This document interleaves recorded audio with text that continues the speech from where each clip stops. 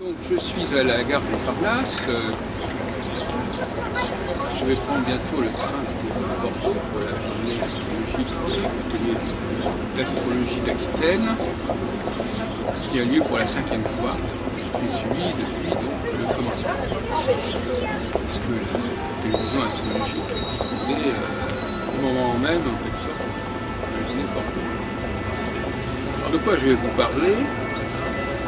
Je peux vous parler des élections présidentielles, que nous sommes le 27 avril, donc nous sommes au tour.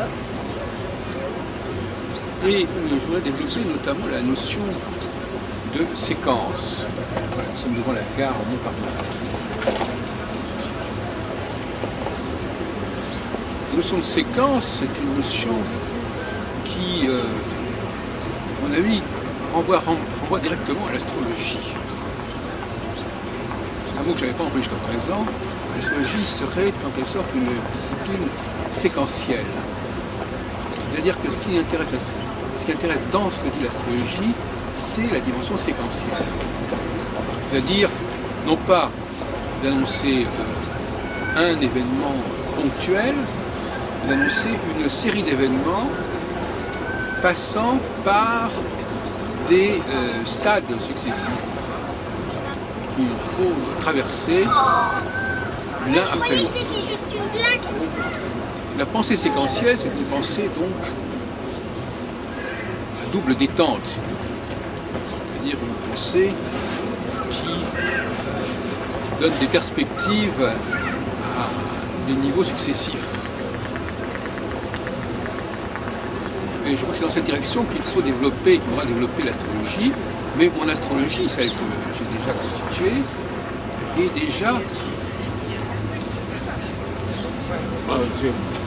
déjà séquentielle.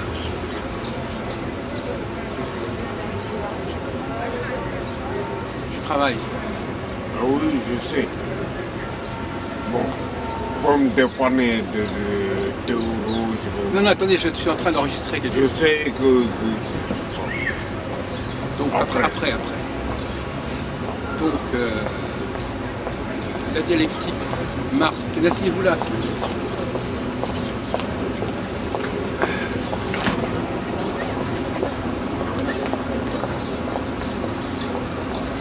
Qu'est-ce que vous croyez à l'astrologie? Qu'est-ce que vous pensez de l'astrologie? L'astrologie? Les astres, les influences, le destin, la voyance. Vous allez voir un marabout de temps en temps, ou quelqu'un qui peut parler de l'avenir, je sais pas. Je veux vous dire franchement. Oui. Mon père, mon meilleur, on vous dit marabout, Ouais. il est mort. Ah, d'accord. Mais vous l'avez connu? Oui. Et alors, qu'est-ce qui vous a apporté quelque chose? Oui. Il vous a aidé quelque part? Il m'a apporté la paix et Et comment il faisait pour ça? Il avait des techniques, il avait des prières, il avait des amulettes, des objets? Il avait la paix. Il vous a donné un objet, un talisman, un objet à porter? Une amulette? Il vous a donné des prières à faire? C'est les Haïtiens, ça. Ah oui, mais vous êtes tous... C'est les Haïtiens Vous êtes tous Vous êtes de les quel coin? vaudous. Vous êtes quoi, vous? Moi, je suis sénégalais. Ah oui, les Sénégalais. Vous êtes catholique ou musulman? Musulman. Mais il y a aussi des croyances chez les musulmans. Oui, il y a 30% de... Oui. C'est les deux religions qui cohabitent. Alors, on s'en fout. Oui, bien sûr, je sais. Vous vous appelez comment? Moussa? Pardon? Quel est votre prénom? Mon prénom? Bon, je continue à travailler, d'accord? Mon prénom, c'est Ismaël. Voilà, un beau prénom. Le fils d'Abraham. Il y a énormément de déchets. Ça, Oui. ça, Ouais. il me manque 2 €, je vais acheter à manger là-bas. Ben oui, je sais. Mais moi, c'est la fin du mois, j'ai beaucoup de problèmes là. avec tout ça, je crois que je vais pouvoir vous aider. Je vais vous donner 50 centimes si vous voulez. Qu'est-ce que je veux faire avec Bah tant pis. Bon, il faut que je termine là parce que je dois prendre un train, donc je dois me dépêcher. Merci pour l'interview en tout cas. l'interview? La conversation qu'on a eue. Mais sans indiscrétion, travaille-t-on quoi là? Une petite télévision sur internet. Et voilà, ben on peut voir les choses sur les ordinateurs, sur le internet. Vous savez ce que c'est que l'internet?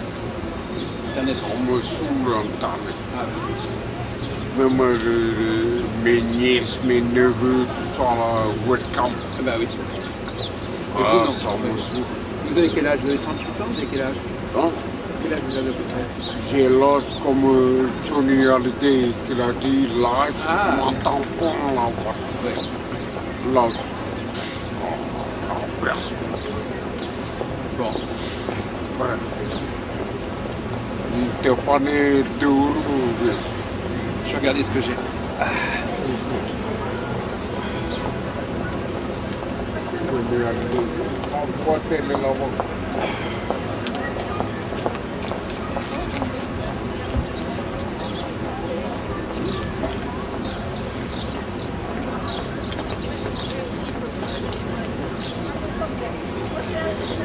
Voilà, 5 euros. C'est déjà pas mal. On n'a qu'à doubler la mise. N'oubliez pas. Non, ça c'est acheté. Ça. Bon, bah, je continue, hein, d'accord? Donc vous me laissez tranquille parce que je dois travailler et je sais pas... Ne vous inquiétez pas. Non, non, mais j'ai besoin de me concentrer, voyez-vous. Oui, je comprends. J'ai besoin de... Vous filmez là. Voilà, j'ai besoin d'être concentré, donc je ne dois pas avoir de distraction. Filmez. Vous voyez. Bon, Filmez, donc... ça ira bien. mais allez chercher à manger. Mais j'y vais. Oui. Donc voilà, donc je reprends ma discussion parce que là je suis interrompu. Donc je suis devant la gare Montparnasse avec sur le point de prendre le train pour Bordeaux où se tiendra la 5e journée astrologique. Et je voulais parler de certains échos que j'ai eus en écoutant notamment la radio. Attention là. Allez, ciao. Barouk Barak. Moubarak.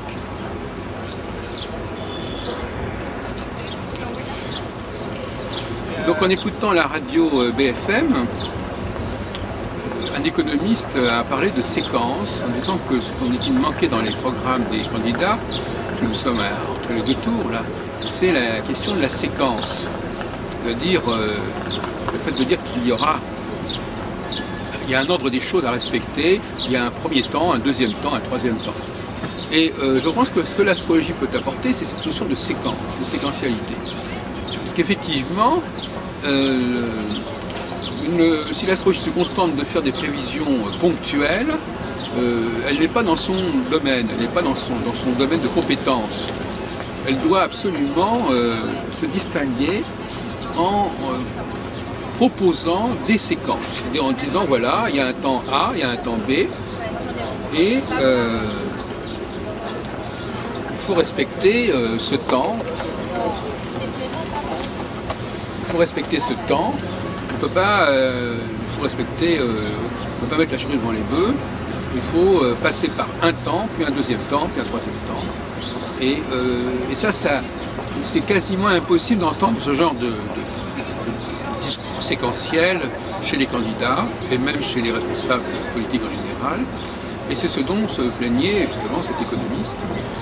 La fameuse question de savoir s'il faut d'abord lancer la croissance ou d'abord assainir l'économie est tout à fait au cœur du débat séquentiel.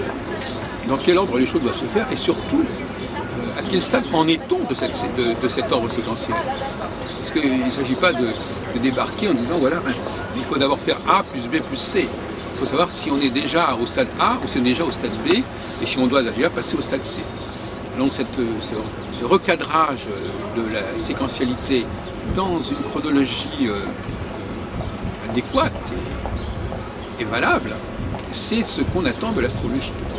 Et l'astrologie que j'ai élaborée est précisément une astrologie de type séquentiel, c'est-à-dire qu'elle compose d'alternance de phases Mars-Vénus et que si on est dans une phase Mars, il faut attendre que la phase Mars se termine pour passer à Vénus, et si on est dans une phase Vénus, il faut se préparer à la phase martienne suivante, et ainsi de suite. Et ça mérite de la simplicité, et on sait que l'astrologie actuelle, son grand défaut, c'est la complexité, c'est l'usine à gaz, c'est le caractère alambiqué.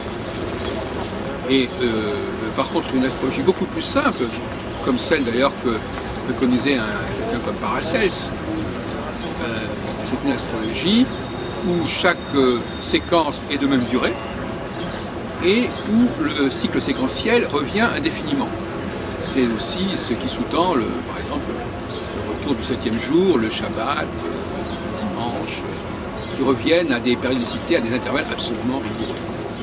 Et c'est toute cette dimension à la fois séquentielle et d'intervalles de même durée qui a été, en quelque sorte, perdue par l'astrologie actuelle. L'astrologie actuelle a des outils qui sont surdimensionnés par le fait notamment, comme chacun sait, du fait que qu'il y a un recours à l'astronomie qui est tout à fait délirant. L'astronomie, évidemment, la complexité des facteurs astronomiques empêche une véritable astrologie de se constituer.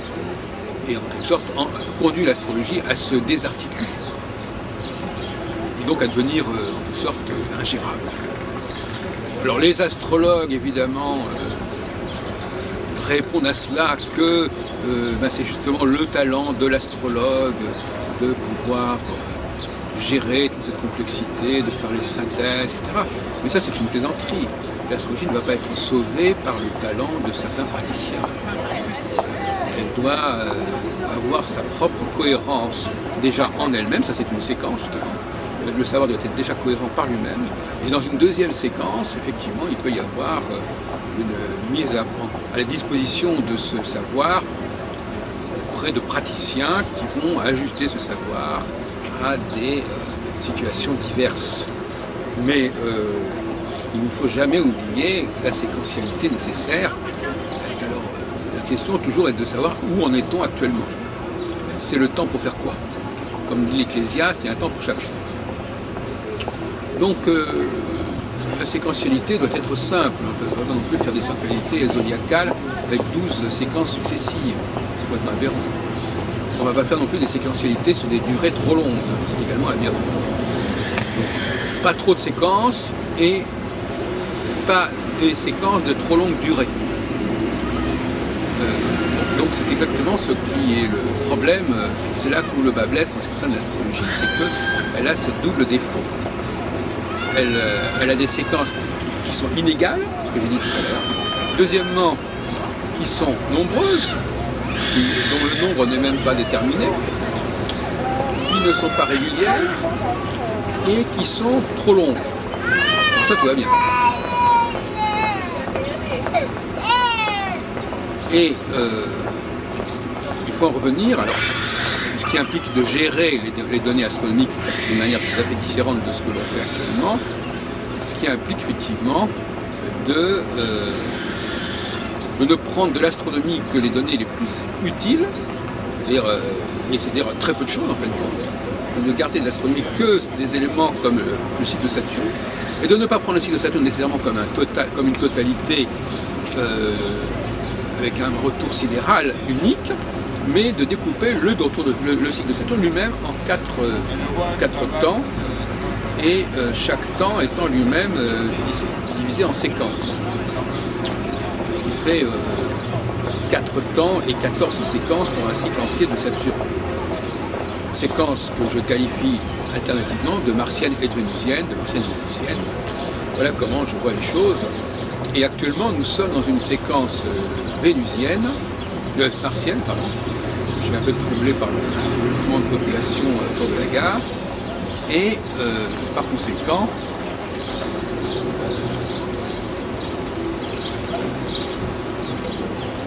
il faut...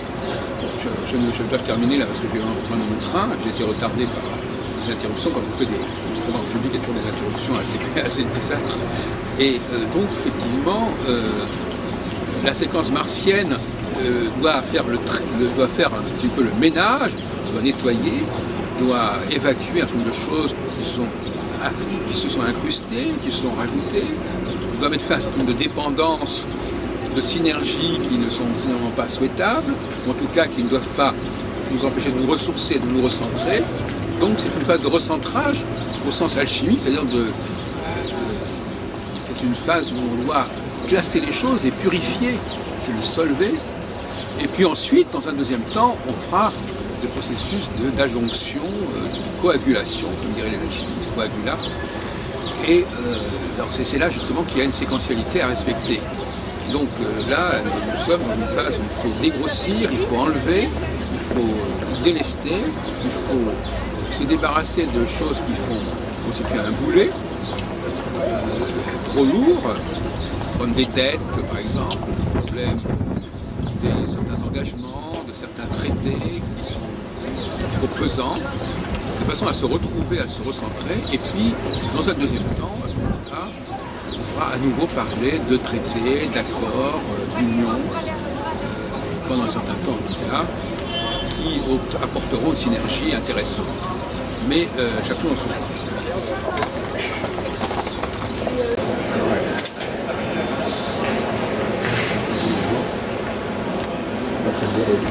On peut toujours faire quelque chose.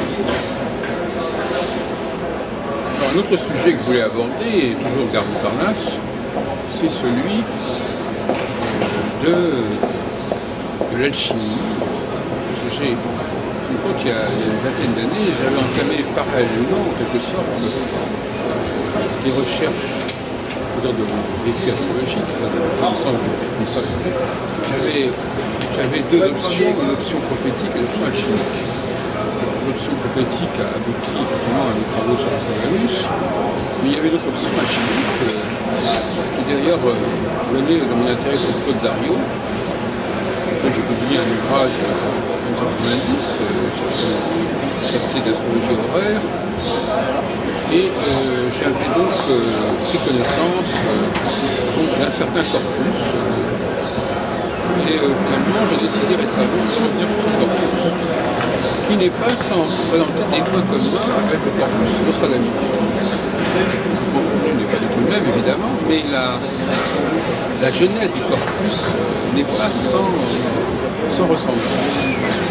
Et vous savez qu'il est préférable toujours d'avoir plusieurs corpus sous la main qu'un seul, de façon à montrer que ce nombre de procédés ne sont pas uniquement réservés à un corpus donné, mais qu'ils sont propres d'une époque et d'un genre, et non pas d'un cas particulier. Et donc le corpus, le canon trismosinien, puisqu'il s'agit effectivement d'un ensemble qui est souvent associé avec le nom de Salomon Trismosin, un personnage assez mythique d'ailleurs. Cette nébuleuse trismosinienne, on l'appellera comme ça à des fins purement pratiques et conventionnelles, s'est constituée dans des conditions très particulières que je vais d'ailleurs exposer prochainement dans une étude qui va paraître dans une revue académique, en parallèle d'ailleurs avec celle que j'avais faite sur Nostradamus.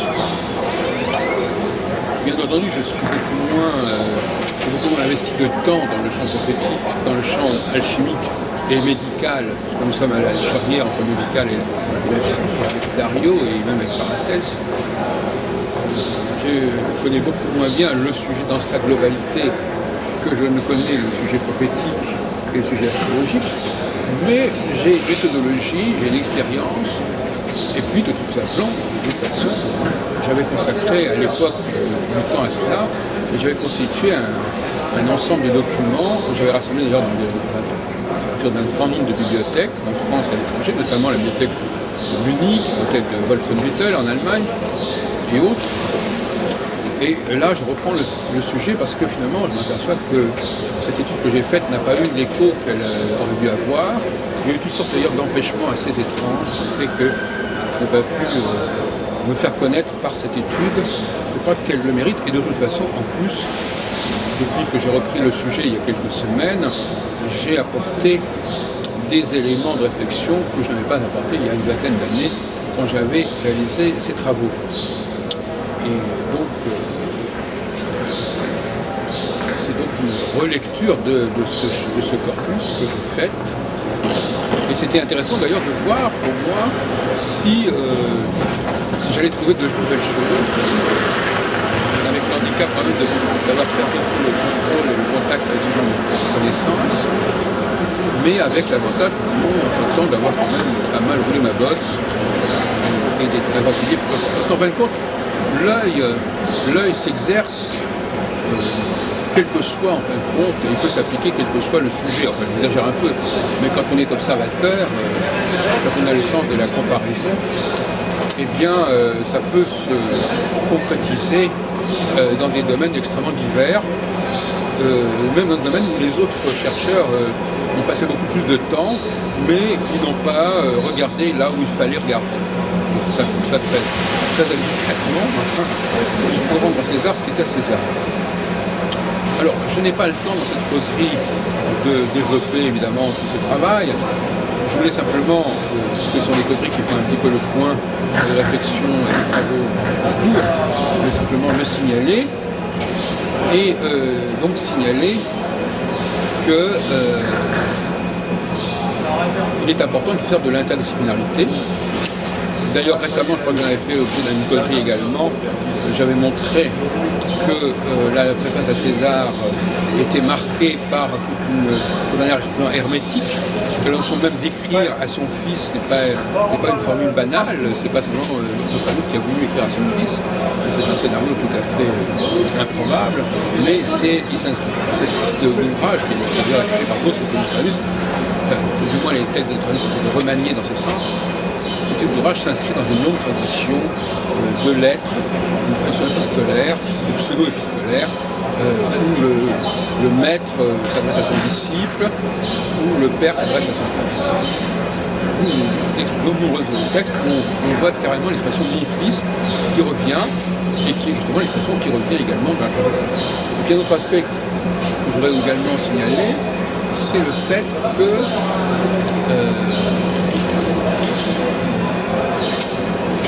quand dans la présentation il est question de secrets, de discours plus ou moins abscons, hermétiques, c'est-à-dire pas facile à cerner, là aussi on n'est pas tellement dans une logique de discours astrologique. D'abord, ça n'est pas à transmettre des secrets en général. Donc cette notion de secret qui sous-tend, qui traverse la période de l'art, est également quelque chose qui est tout à fait typique d'une certaine littérature alchimique et qui est un élément qui, à mon avis, est extérieur à la pensée de Nostradamus et qui est propre à la pensée de ceux qui se sont occupés de faire de Nostradamus à la place de Nostradamus.